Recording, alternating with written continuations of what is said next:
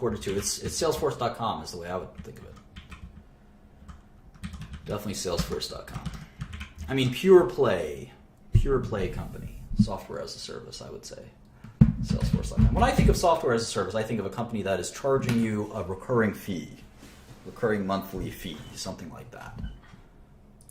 That's software as a service to me. Salesforce.com. Yeah, maybe Oracle, but Oracle is more of an enterprise. In fact, let's write that down. Oracle Enterprise Software. And Salesforce is kind of like hybrid enterprise software as a service. This is IBM. I'm writing consulting. Consulting off outsourcing. That's what IBM is. Pretend that they're the cognitive computing bullshit, but it's all they are is a consulting and outsourcing company. How about Apple? Consumer electronics? Right? Consumer electronics? What's AT&T? Telecom? Maybe we just call it carrier? Or just telecom? Verizon's telecom. China Mobile's telecom. And maybe we just take telecom out and we move it to the bottom. We say, I don't want to look at telecom. I hate telecom. Put telecom down here. Maybe you don't hate telecom. Maybe you just want to look at it separately. Apple's gross margin is about 40%, I thought.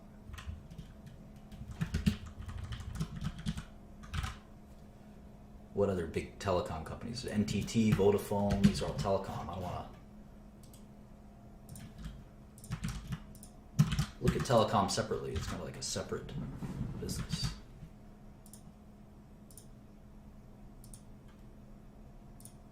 Telefonica, BT, DT.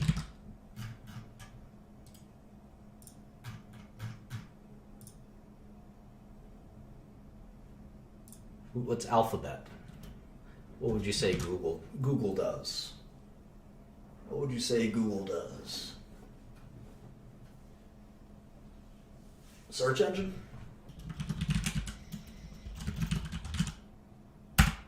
How about Microsoft? Enterprise software? Business software?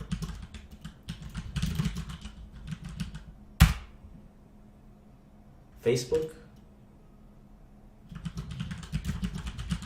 Search engine? Or social? Cloud computing? Web advertising? How about Tencent? I don't know Tencent that well. Tencent's like a portfolio company. Intel is semiconductors. Cisco's networking equipment. TSM is semiconductors. I think Qualcomm's like a weird mix of different things. It's like licensing revenue and stuff like that. KDDI, isn't that a carrier? I know BT is a carrier. Let's move that down there. Look at carriers kind of separately. Carriers are a lot of fun to look at. We're going to look at AT&T. And that's a great one to look at cash flow and CapEx and things like that. That's a great one. Yeah, Amazon's up here. Amazon's a retailer, I would say. Oh, maybe Amazon isn't up here. Maybe Amazon isn't. It's up to Bloomberg. Bloomberg doesn't consider Amazon a tech company, I guess. Freaking Bloomberg, huh? I don't see Amazon up here. Well, we don't have to listen to Bloomberg. We can add our own Amazon. Who asked that? Cameron? Cameron Nauer? I know you, Cameron. You're a smart cookie. You're a smart cookie. What do they call Amazon? E-commerce discretionary. And it would be the fifth biggest. It would be the fifth biggest. I'll just call that retail. E-retailer, e-commerce.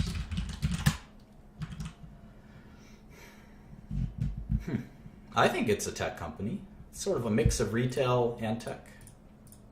Why not? It's up to us to include it where we want it, right? Texas Instruments, this is a semiconductor company. Telefonica, that's a carrier. Who else? EMC, isn't EMC, do they keep EMC stuff public? And Dell owns most of that now, right? American Mobile is a carrier.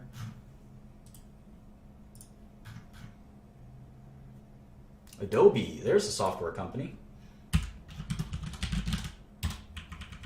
Orange and Telestra, those are also telecom. China Telecom. BCE, I think that's a Canadian telecom company. Saudi Telecom. So if you exclude the telecom, the list is, at least the biggest companies, is a bit smaller. It's a lot of fun. I like tech. I almost did tech for a living. T-Mobile and Ericsson is not. It's China Unicom a carrier or a provider? I don't even know. I think Telecommunicazi is as well. We can always go back. T-Mobile? Where's T-Mobile? Did I move that already? Yeah.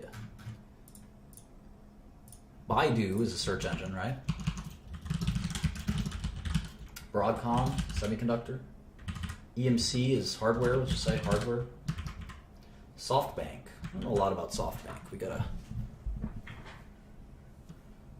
We want to, like, the same way we want to segment tech, we kind of want to segment tech and not just do tech and not do healthcare or not do consumer or not do energy.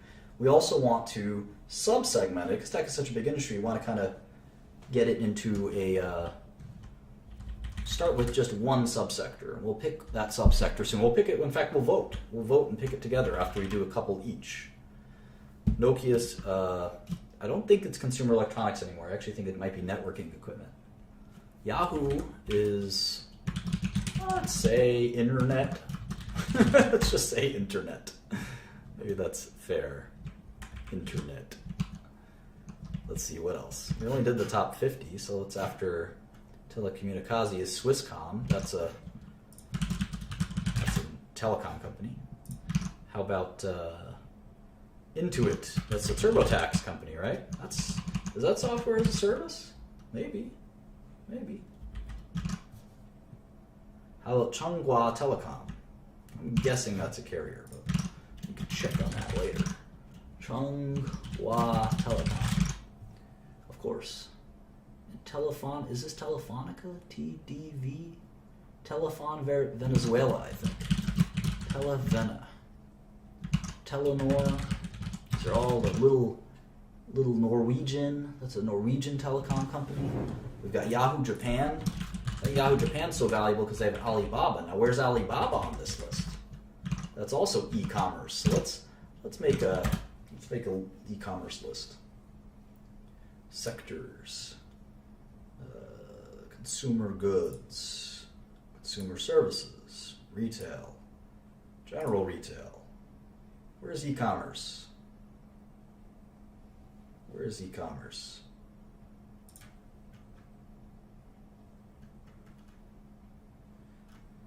Tech,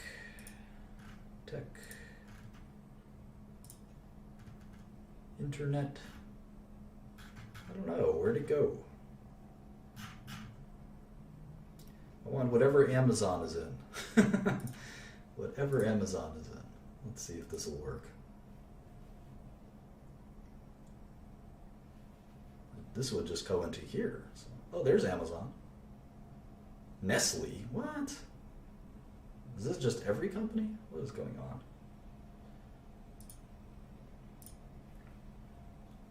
Sector. Oh, I put consumer. All this stuff? I just want internet.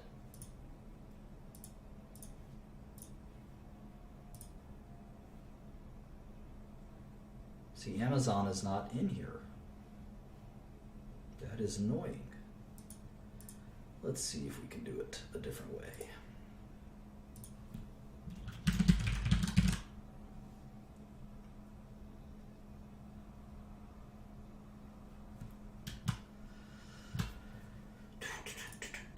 There's different classifications, so let's try this one.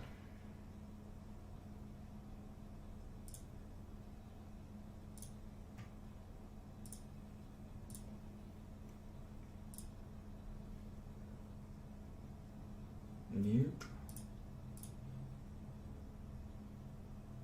Oh, we'll move that. There we go. Amazon and Alibaba and JD.com and eBay. Right, so we got Amazon, which we already put down. Alibaba is 178 billion. Alibaba, which is Baba, actually 179. A little bigger than Amazon. All right, let's go back to here. Well, no, we're doing this in market cap order, so we're going in order of the biggest companies. So those, some of the companies you're mentioning are too small. Applied Materials is a semiconductor equipment company. I'm just going to write semiconductor. Semiconductors. ASM is semiconductors. Right, what about Corning? It's kind of a complicated company.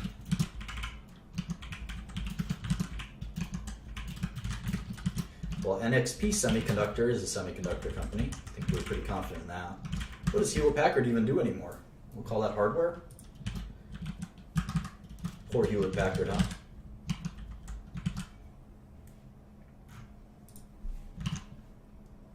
VMware, that's a software company.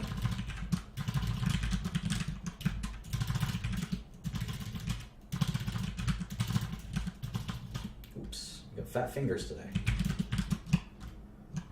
Is that software as a service? I don't know. Enterprise software, security software? Telia Sonera, that's and Telecom Italia, those are both carriers, I think. These foreign carriers are very interesting stocks, I must say. ARM Holdings, I think that's a semiconductor company. Yeah, I know it's virtualization software. Fujifilm. Fujifilm. Interesting. Wipro, that's another consulting company.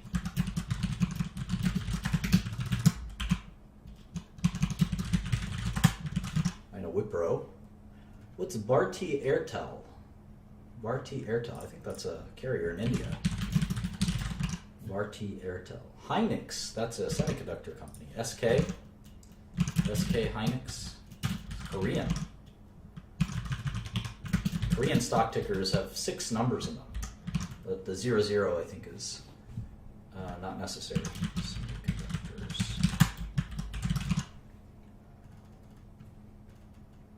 Dassault, HP Inc.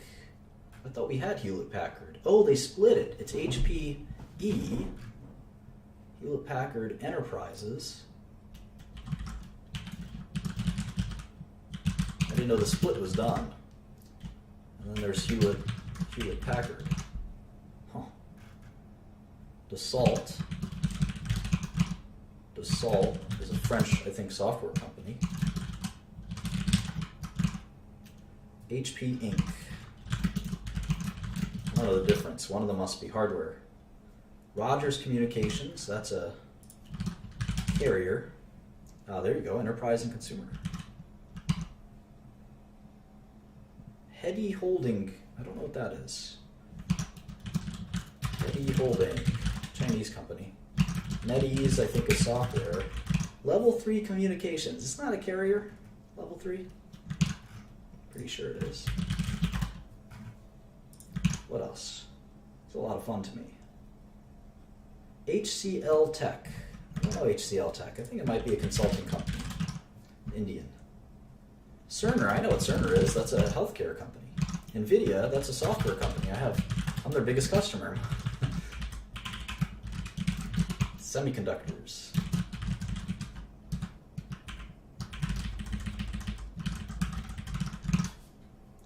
It's NVIDIA's, how big is NVIDIA? 17 billion.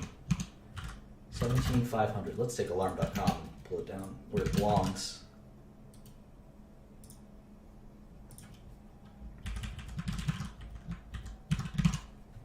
Who else? TELUS. That's and Telefónica Brazil. Those are both carriers. Okay. I'll upload this file to the share drive. You guys Can't spot the share drive, the mods will tell you where it is. Analog Devices is a semiconductor company. I know those guys. Analog Semiconductors. Maybe we'll look at semiconductors. I like those. CenturyLink. I don't know what CenturyLink is. Is that a carrier? Sounds like a carrier. MTN Group. Some of these are nondescript. Altice? What's Altice? Naver Corp? God, we're really getting into... KPN is a carrier. I know that. KPN is a carrier. We're just going in order here. Market cap order. Telefonica Deutsche.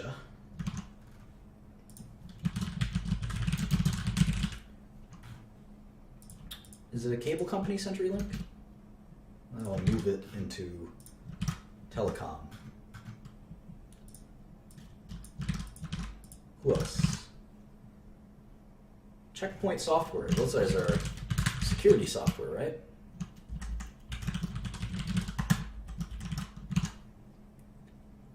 SanDisk. There we go. That's a hardware company. We all know SanDisk. Storage company, right? Who else? Sprint. You know Sprint? That's a telecom company. Yeah, I know this is boring to some of you guys. I'll just move on once we get to 100. Advanced Info. What the heck? Never heard of that.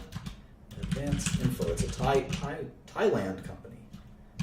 Interesting. Capgemini. I think that's a consulting company. Capgemini. I don't know a lot about it. And then finally, SK Telecom is a carrier in Korea. I'm so tempted to keep going, but we are down to 14 billion. SK Telecom is 14 billion, and Capgemini is 14 billion as well, right? 14,650. All right. So why don't we try AT&T? Why don't we try AT&T? I think we'll learn quite a bit by looking at that one, because telecom companies are very different from high-tech companies. Very different.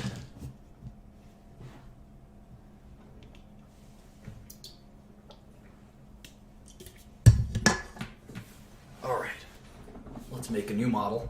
Let me put this over here. Don't need the stylus. All right, let's close our alarm.com model. We'll get back to it someday, I'm sure. Let's make the link. Let's make that link. Here it is.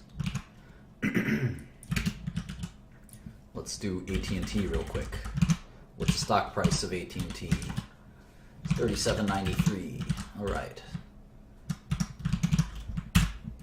We're going to look at the 6 things that we care about the most. And this time we're going to do a cash flow full model for AT&T. This is going to be at least an hour, so buckle up. And this is going to be a real roller coaster. I feel like I should drink a cup of coffee. Maybe I will. AT&T stock ticker is just T. It's kind of nice. And I always save my models as the stock tickers. Maybe I'll brew a coffee. Give me 5 minutes while I brew a coffee. I got to go ham on this one.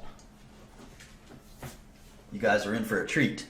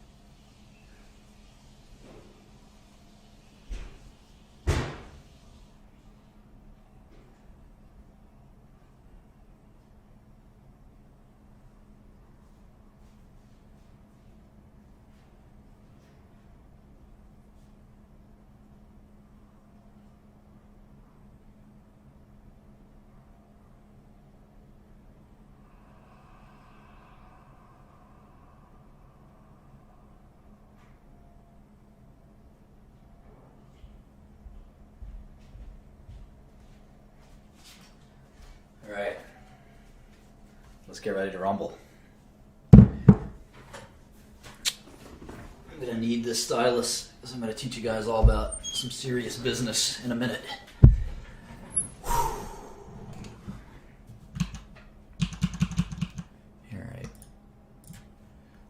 We're still on the SEC website, which is helpful.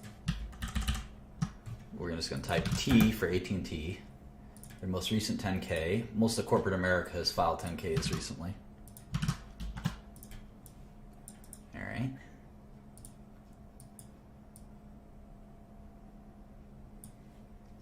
AT&T, headquartered in Dallas. Didn't know that.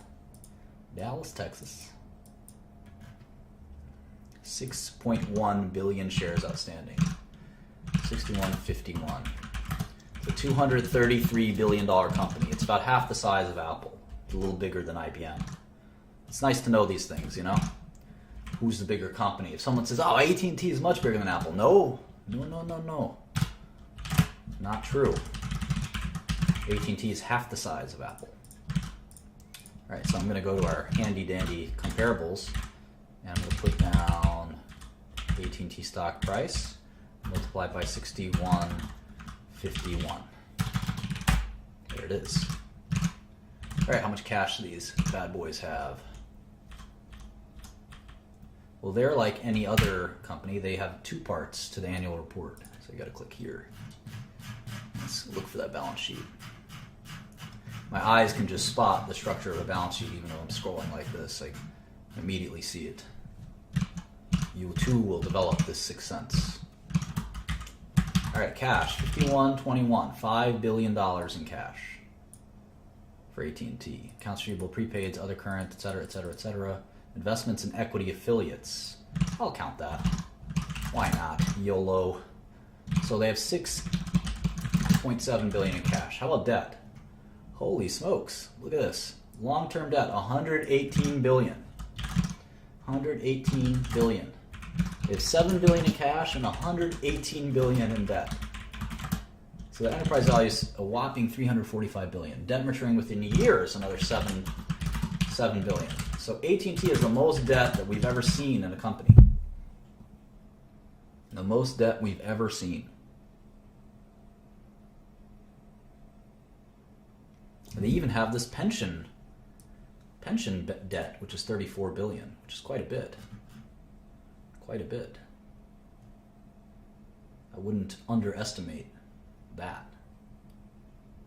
Pretty important.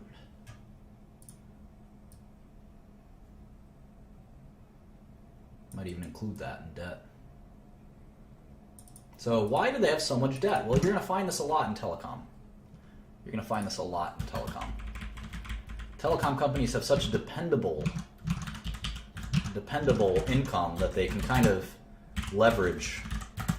They can leverage with debt, but it can be tricky as well. We'll talk more and more about this. But no, it's not about size. Look at Apple. Apple has huge net cash. It's really more about kind of investment style, I guess. Yeah, the direct TV acquisition would certainly contribute to that. See, even IBM has modest leverage compared to AT&T. Half of AT&T is debt. 200 billion market cap, 120 in debt, 350 enterprise value. Crazy. Pretty crazy. All right.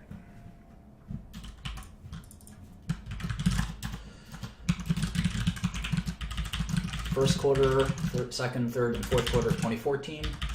Same thing for 2015. The year is divided into 4 parts. We call them quarters, 3 months apiece. Unless someone is asking that very basic question.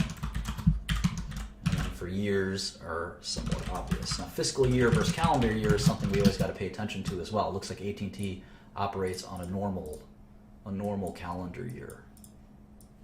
All right, let's get down to business. Let's play some dice.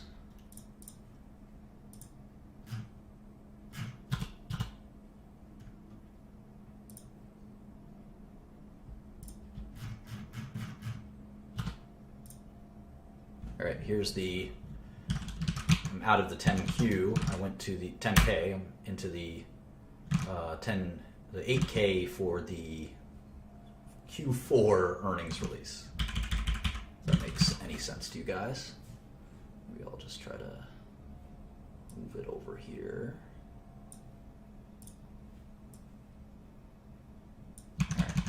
So here's revenue, and they have two different kinds of revenue. You know, all these companies have different breakdowns. They have services, and then they have equipment. So service is something like having a cell phone with AT&T. Equipment, well, you can guess what that is. Although they can also tell us in the 10K, because it's not that obvious to me. So 42 billion in quarterly revenue. That's a lot. That's up there with the Facebooks and IBMs, huh? Sorry, someone's giving me a message. It seems very important. It's from my friend Joe. Oh, I don't think it's that important, actually.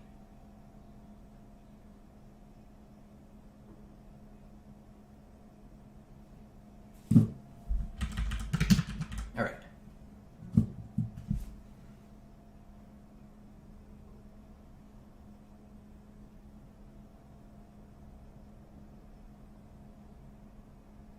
Sorry about that. All right. Cost of services. Cost of services. Equipment 5868. Broadcast programming and operations 5645. Other 8178. SG&A 8419. And I'm going to include depreciation and amortization.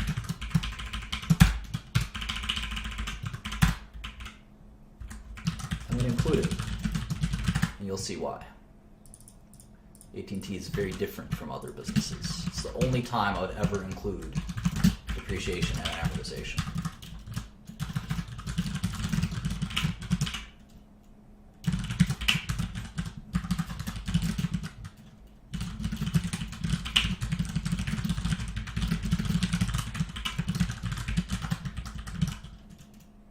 Interest expense. Look at how much interest expense they have.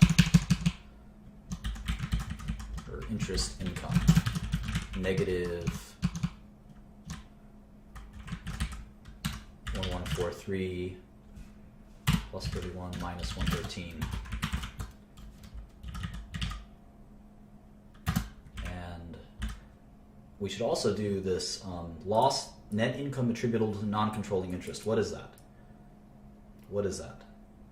This is $80 million that a non-controlling interest made.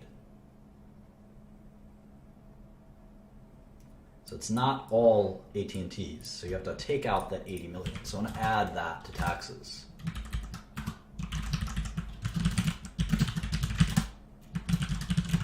Call that minority interest. So it's $4 billion of net income in one quarter. So immediately I'm going to say, all right, so first I see it's about a 10% margin.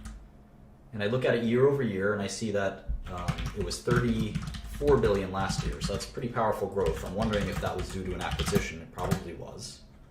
AT&T would normally grow that fast.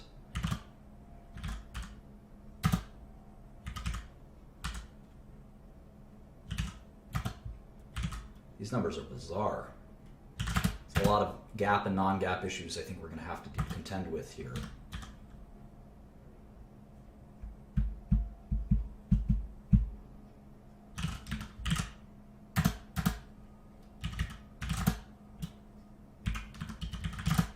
Talk about that in a minute. Very bizarre. But $4 billion in net income. So that tells me if they're going to do $12 billion in a year, well, $16 billion in a year, that's a 22 years to making your money back, if that makes sense. It's a crude measurement, but it's always interesting to sort of quickly get a sense for that. And we're going to slice and dice this a million ways, trust me. The first thing we're going to do is triple check this. So it seems like there's some one-time cost or something funky going on in here. I don't think they had 15 billion in SG&A, for instance. I think there was probably some one-time cost. Abandonment of network assets, I'm not including that one-time cost. I'll tell you why I'm including depreciation. It's a really important part of AT&T's business. So they lost money last quarter, but I think it's probably due to accounting reasons. Other income. All right, so I want to make sure I got this right. minus 14143, equity in net income plus 31, other expense. Okay, so here it's minus 856, minus 13, plus 125. Okay. I'm pretty comfortable with this.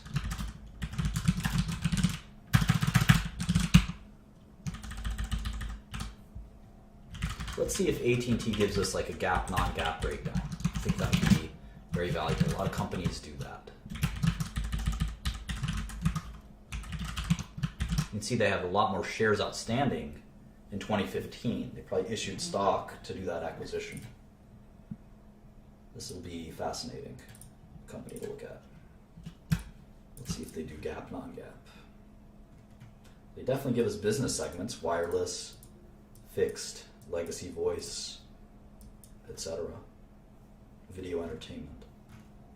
See if they give us, there's a balance sheet, cash flow statement. We'll get back to, they have subscriber data. This is really important stuff.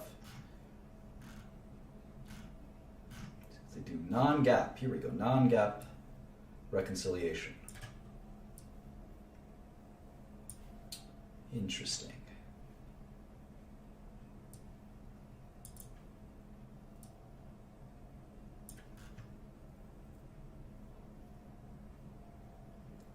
These notes are going to be very detailed. So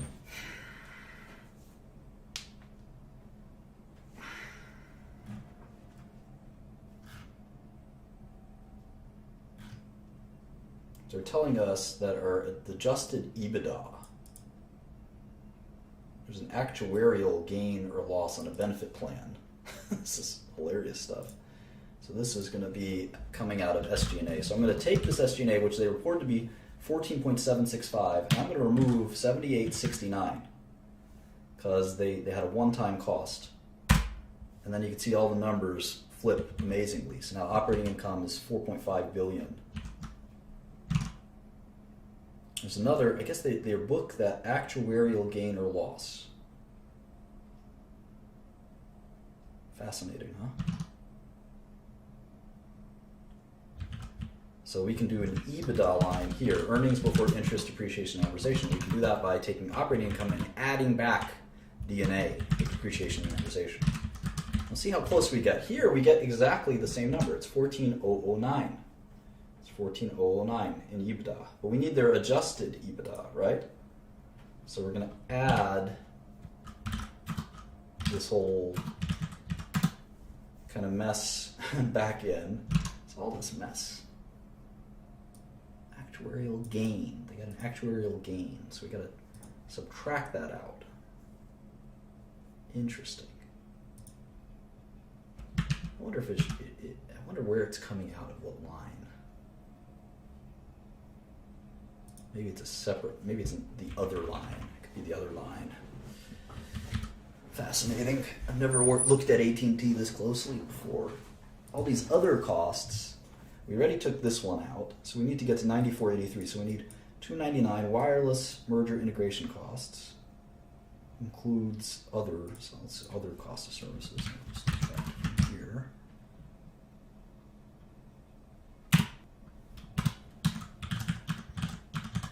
All right, so we get 9483 here, and we're trying to get 12,276 here. So I need to take 2 billion from somewhere. Add 2 billion somewhere. Maybe we'll add it here. It seems like it makes sense.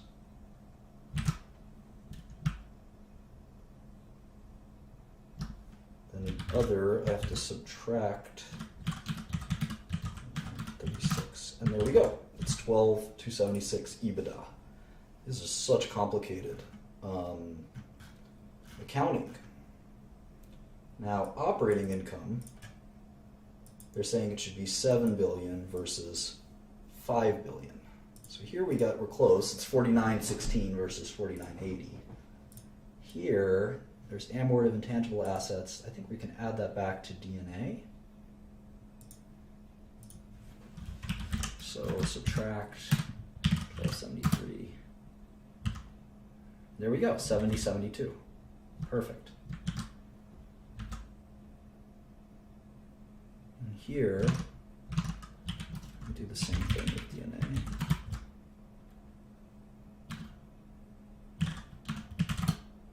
And it's pretty close.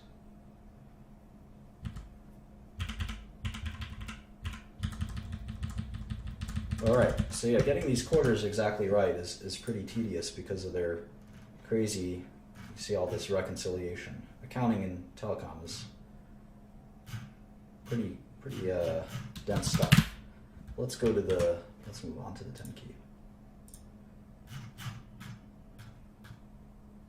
And it's our choice as to how much we're going to take their numbers or their adjusted numbers. This is definitely a bear of a company to model. Some of them are going to be practically impossible and difficult. I won't say practically impossible, just difficult.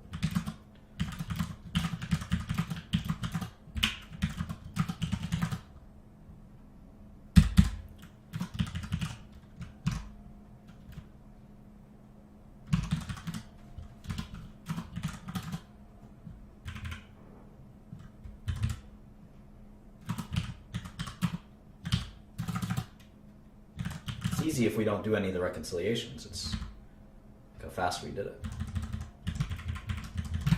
So let me just not do non-GAAP.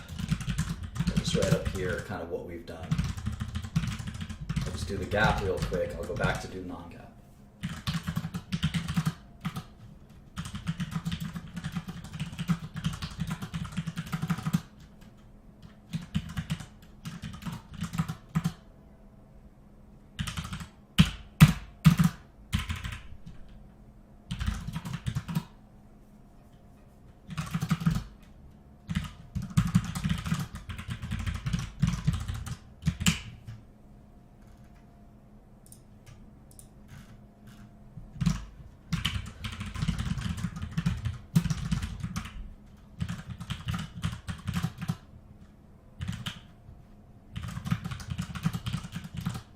Looks like they, at one point, had cost of services and sales, and then just SG&A, so they put it all together. So they used to lump it all together. So they changed their reporting style, you can see.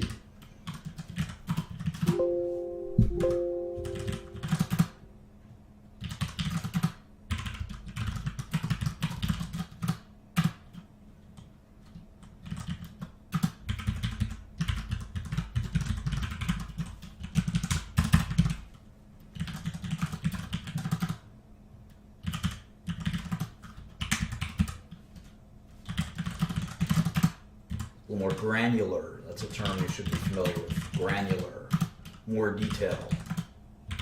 Can you be more granular? A very common question in business. I do have an Instagram account. It's Martin Shkreli 15. I have one photo, which is my last home cooked meal. So it's probably an imposter.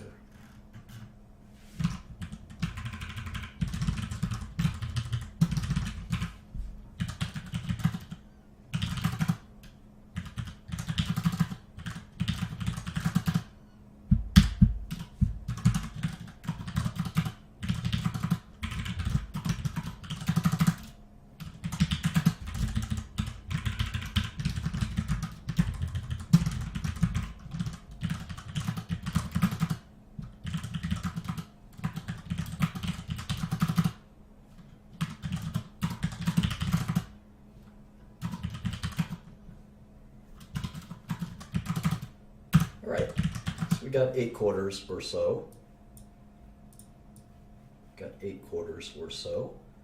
And we can start doing some summations.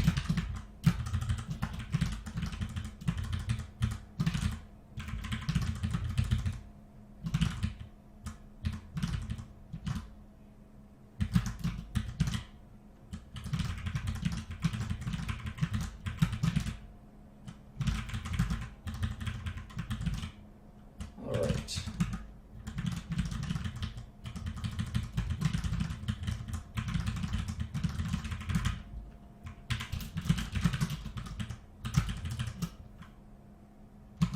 Very consistent revenue, isn't that interesting?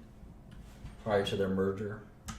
Every quarter, 29 billion, 29 billion, 29 billion, 29 billion, 29 billion, 29 billion.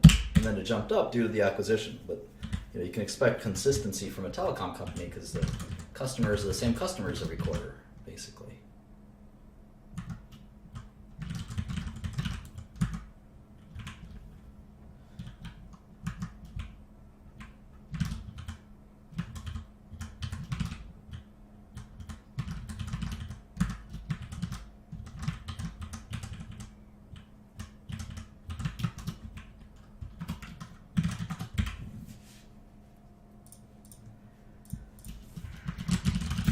Still want to look at revenue year over year and stuff like this, even though it's remarkably consistent. There's that 0% growth until the acquisition hit.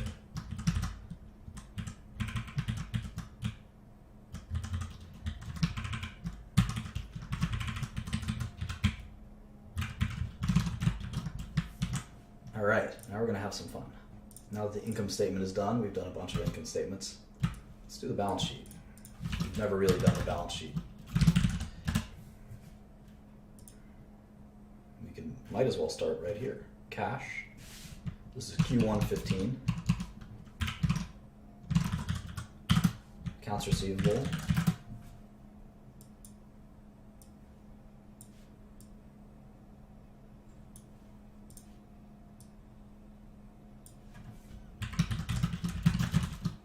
Prepaids, deferred taxes, other current assets, PP&E, intangibles, or let's say intangibles, licenses, investments, other, and then total assets. Those will be our columns.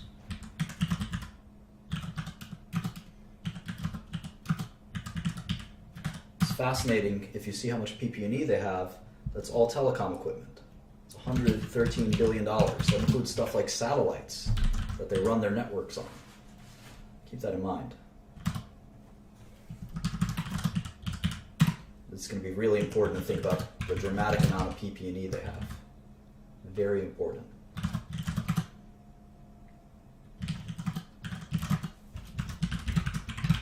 So the sum is the same as their sum, 308. Debt, 8181 plus 88272. So we like to make that our own thing called net cash, right? It's our version, our blend of cash minus their blend of debt.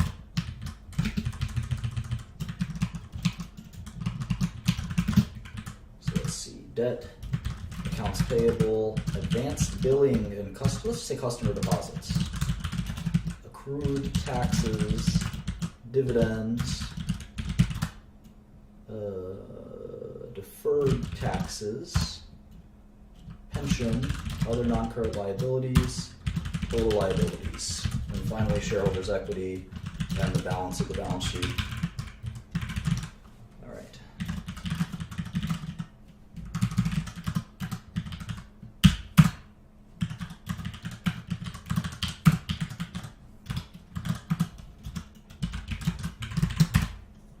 Okay, so 220 billion in liabilities, 87, 104 in shareholders' equity. The two balance out to 308 billion. Now we're going to do the cash flow statement. How does the cash flow statement work? What does it look like? This is our first time. This is our first time for everything. So this is our first time looking at a cash flow statement. Make sure my date doesn't get angry.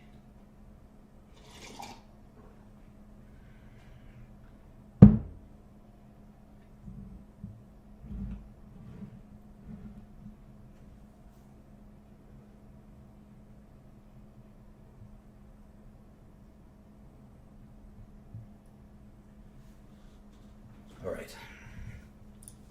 So, cash flow statement tends to, I'm using the arrows and the number pad. Anyway, the cash flow statement is an attempt to reconcile the reported GAAP net income with actual cash change.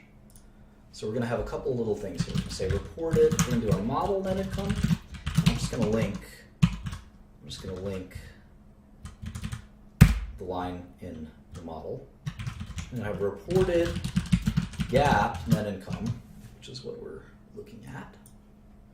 In this case, it's $3.276, $3.2 billion. and we're going to add back depreciation and amortization because it's a non-cash charge. So technically, immediately, you can look at this and say, all right, the company had GAAP earnings of $3.2 billion and D&A of $4.5 billion. If you add those up, the company had $8 billion in cash flow. $8 billion in cash flow. And if I do $8 billion times 4 is $32 billion, that's a pretty good deal. It's 10, 11 times earnings. That's even before the DirecTV acquisition. But we'll see that's not the full picture. So accounts receivable, or uncollectible accounts. Some people skip out on their bills. Uncollectible accounts, deferred taxes, investments, accounts receivable, OCA, AP, pension, other. And you adjust all these things and you get something called CFFO, cash flow from operations. Cash flow from operations.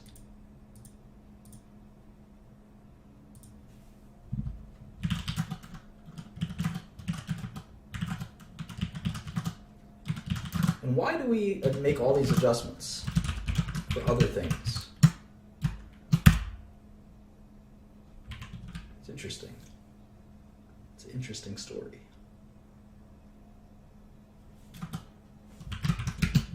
Well, here's a puzzle for you. Here's a puzzle for you. So let's see who's really paying attention and who really understands this stuff. And go back to our lemonade stand.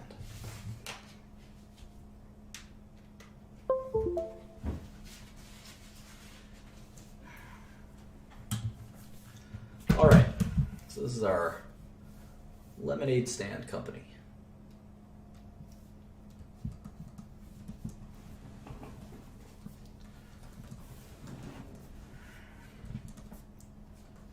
And it's based in Brooklyn, New York, my hometown. Q1, let's see, Q4 15, most recent quarter. Had revenue of $50 million. Great business. My lemonade stand's killing it. I also sell chocolate for my basketball team. My costs in total were $25 million. And my profits, as I mentioned, were $25 million. Makes sense. My accounts receivable were $10 million, let's say.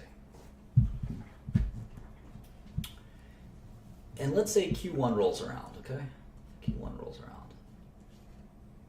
Same revenue, same costs, same profits. But as my accountants and my finance team are preparing our balance sheet, so the income statement, as we're preparing the balance sheet, we say, okay, John, how much do our customers owe us this quarter? Remember, the balance sheet is as of the last day of the quarter. It's coming up. Pretend it's April. And so we added it up, and our customers only owe us $8 million. So what happened? What happened between here and here? Let's say our cash as well went from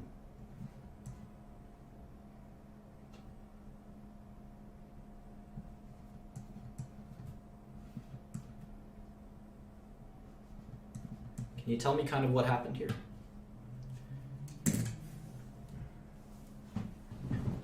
Accounts receivable, of course.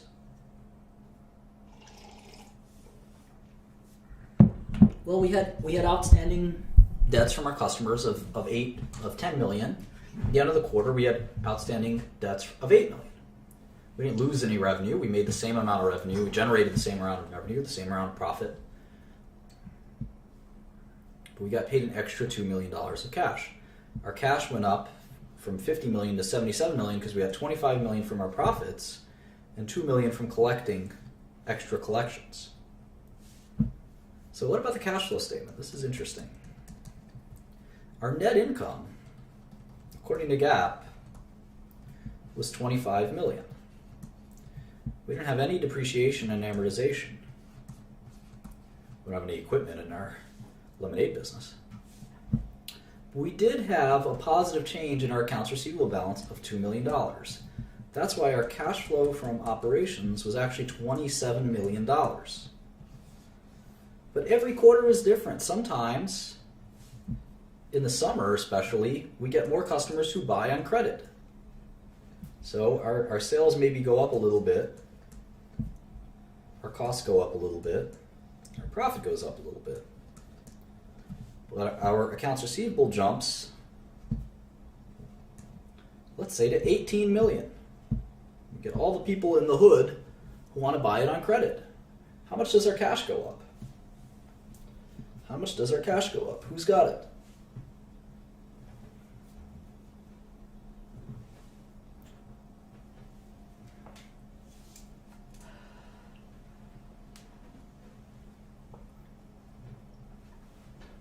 What's the number?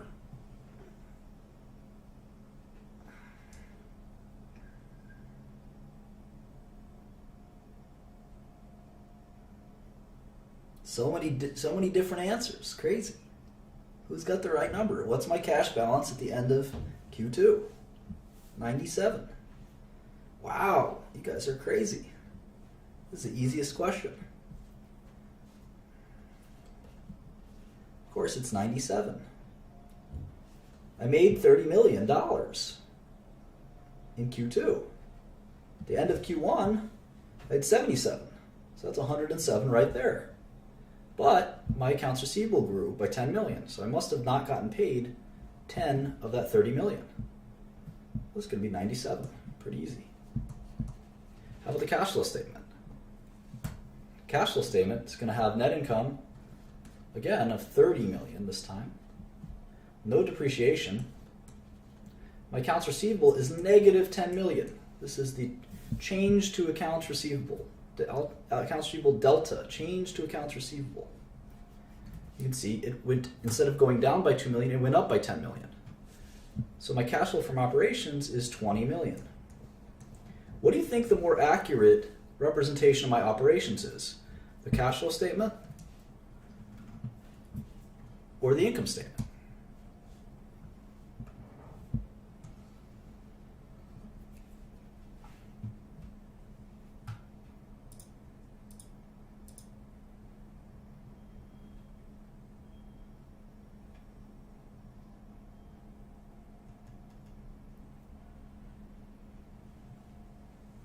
It's the income statement. It's the income statement.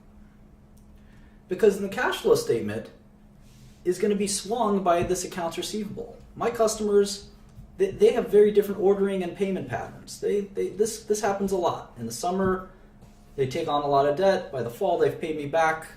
It's pretty normal. This is a good, accurate representation. I make 50 million a quarter, 60 million a quarter. These are my profits. Whether people pay me back right now or later, it doesn't make a difference. It doesn't make a difference. This is what I care about.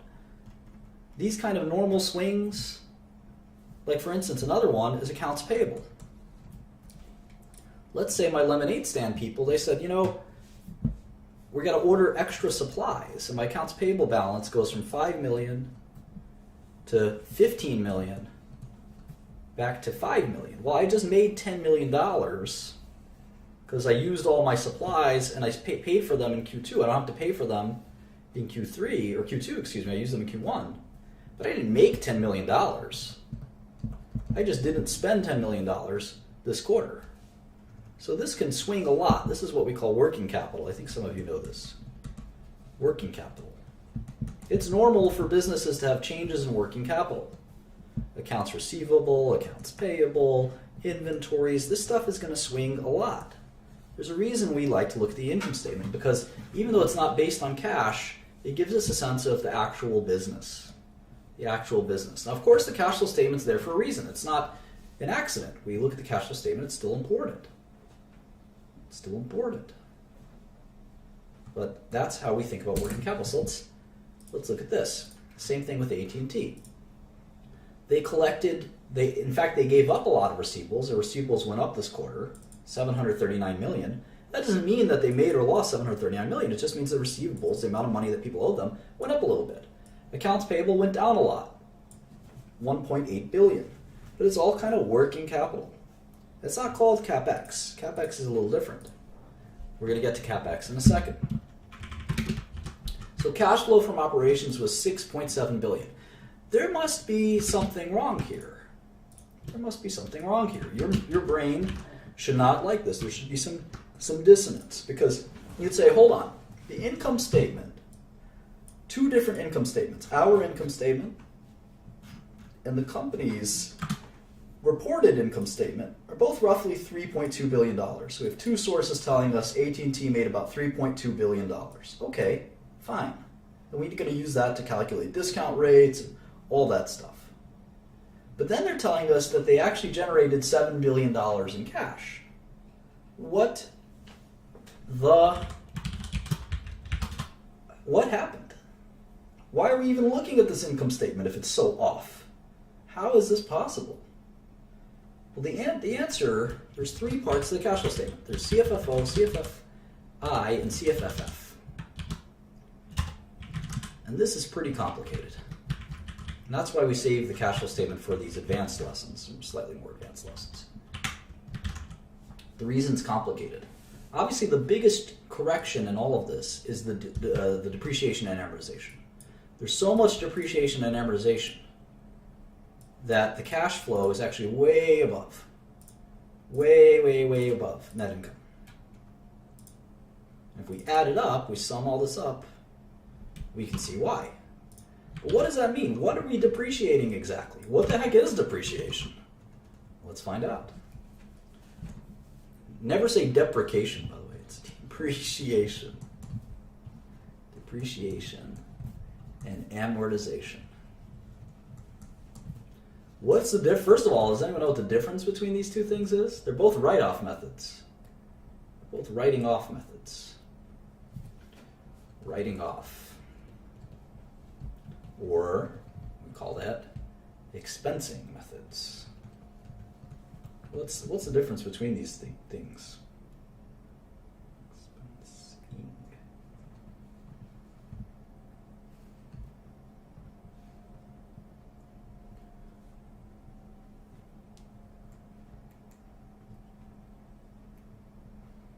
A lot of different answers.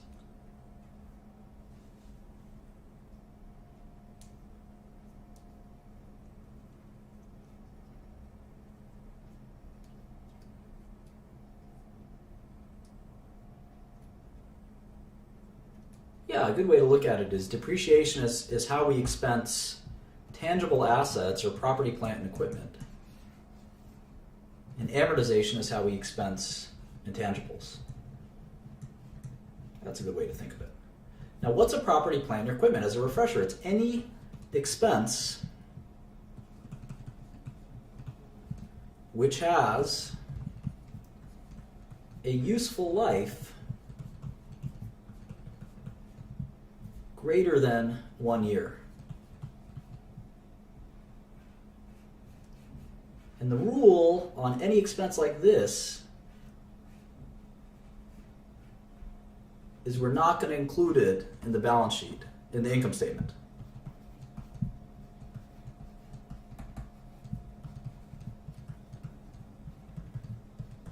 And this is going to confuse the crap out of you. Let me explain why. Let's go back to my company. It's not only a lemonade stand. We also do various things. We dance on the subway. What do they call that? Showtime. What other things do we do in Brooklyn? Lemonade stand, Showtime, and we merged with the Showtime company. These are the subway dancers. Now we're a conglomerate. So here's our revenue: Q1, Q2, Q3, Q4. And we make Brooklyn bagels. There we go. Brooklyn bagels. All right, so our revenue, 30 million, 30 million, 30 million, 30 million. Costs, 15, 16, a little fluctuation. 15, 16, or 17. So profit, 15, 14, 15, and 13. Okay. Now what if I had to buy a lemonade factory to make my lemonade? And I did that in Q2. And that lemonade factory cost me $50 million.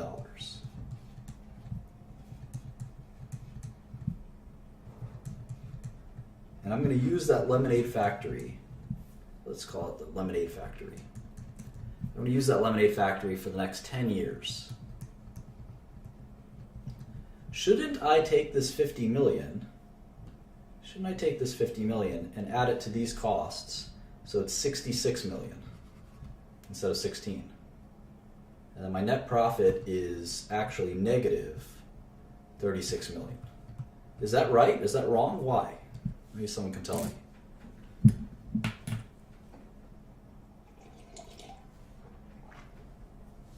Oh, we got some smarties here. That's right, I should not do that because it doesn't really reflect accurately my operations. It does not reflect accurately my operations. I have to take this 50 million and expense it over time. Expense it or depreciate it over time. And how much time? Well, it's 10 years. That's 40 quarters. So 50 million divided by 40 quarters is $1,250,000 a quarter. So it should go in here. It should go in here. This should be 16.5. This should be 18.5, etc.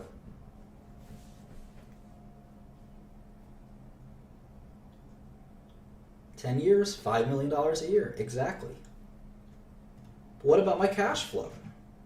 Aren't I overstating? I'm overstating my cash flow in this quarter, and I'm understating it every quarter from here on out.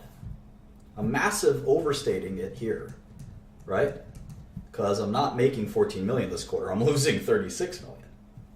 But then every quarter from here, there's a slight understatement. You might say, well, why is this?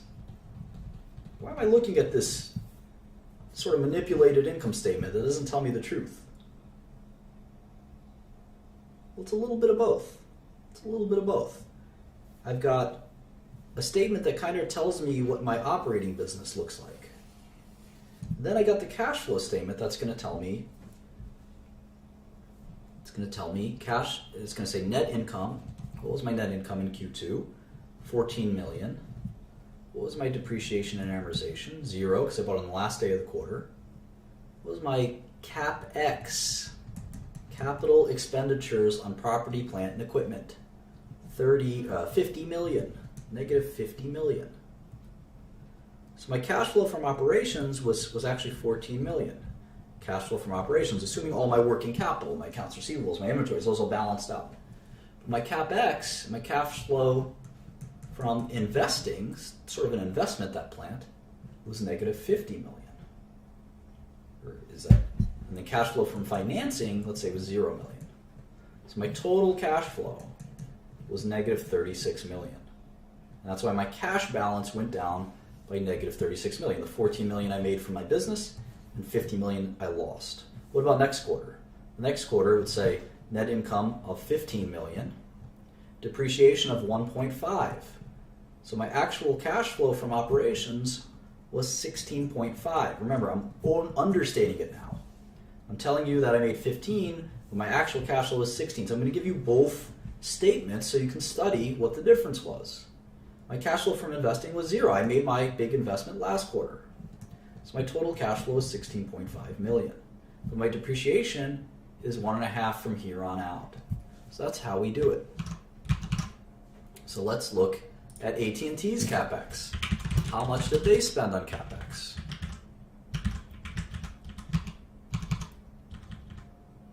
$3 billion, 3,848. So when you take cash flow from operations and you subtract it from CapEx, we have a word for that. Does anyone know what it is?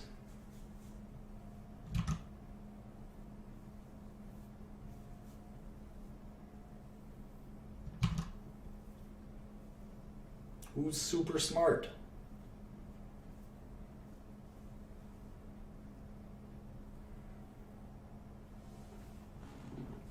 Free cash flow, correct. My people. Looks like they have this interest during construction. I'm going to include that. Let me hit you with that too. Here's acquisitions, dispositions. I like turtles.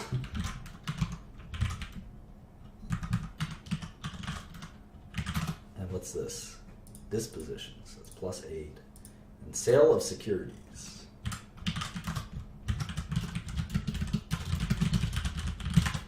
You can move free cash flow somewhere else. Cash flow from investments. So they made $6 or $7 billion from their business, but they spent $22 billion, including $20 billion on acquisitions. Wonder what they acquired. That's the kind of thing we're going to have to follow up on. What did they acquire? I'm curious now. And then here's their cash flow from financing. This is all important stuff too. Debt, issuance of debt. Let's just make it all together, just call it debt.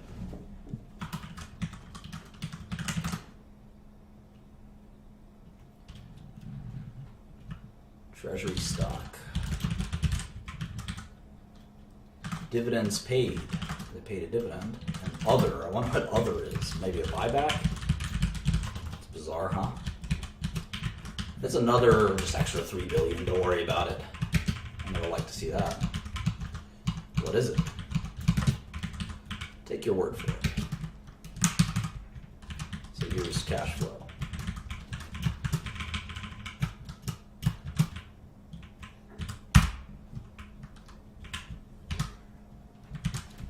All right. So that was fun. We did our first glance at a cash flow statement. We talked about expensing complicated things like CapEx. We sort of set up a kind of comparable sheet for tech. We have four models now: Apple, IBM, Alarm.com, and AT&T. And we're learning all about business. So let's, there you go. Nextel Mexico and Lucicell. So that's an even 2 hours. I'm going to go do some other things. I hope you enjoyed it. We'll continue on this vein, looking through the tech industry to learn something about investing and finance. So I hope you had fun. Talk to you guys soon. Bye.